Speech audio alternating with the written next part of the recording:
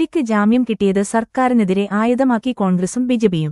ജാമ്യത്തിന് കാരണം സർക്കാരിനറെ ഗൂഢാലോചനയാണെന്ന് പ്രതിപക്ഷ നേതാവ് ആരോപിച്ചു. മുഖ്യമന്ത്രിക്ക് ഉളുപ്പുണ്ടെങ്കിൽ അന്വേഷണം സിബിഐക്ക് വിടണമെന്ന് ബിജെപി അധ്യക്ഷൻ ആവശ്യപ്പെട്ടു. സ്വർണ്ണക്കൊള്ളയിലെ അന്വേഷണത്തെ കോൺഗ്രസാണ് ഭയപ്പെടുന്നതെന്നാണ് സിപിഎം നിലപാട്. പോഡിക്കും ജാമ്യം കിട്ടിയതോടെ സ്വർണ്ണക്കൊള്ളക്കേസാകെ ആവിയാകുന്നുവെന്നാണ് പ്രതിപക്ഷ വിമർശനം.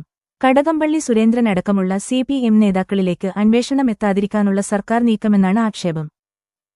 പ്രതികളുടെ കൂട്ടജാമ്യമുയർത്തി ഇനി സ്വർണ്ണക്കൊള്ളക്കേസ് സർക്കാരിനെതിരെ സജീവ വിഷയമാക്കുകയാണ് ലക്ഷ്യം. സോണിയാഗാന്ധിയും പോറ്റിയുമായുള്ള കൂടിക്കാഴ്ചയിലും സ്വർണ്ണക്കൊള്ളയിൽ ഊന്നിയാണ് സിപിഎമ്മിന്റെ പ്രതിരോധവും തിരിച്ചാക്രമണവും. പ്രതികൾക്ക് സ്വാഭാവിക ജാമ്യം കിട്ടിയാലും എസ്ഐഡിയിൽ വിശ്വാസമുണ്ടെന്ന ഹൈക്കോടതിയുടെ പരാമർശം സർക്കാരിന് പിടിവള്ളിയായിട്ടുണ്ട്.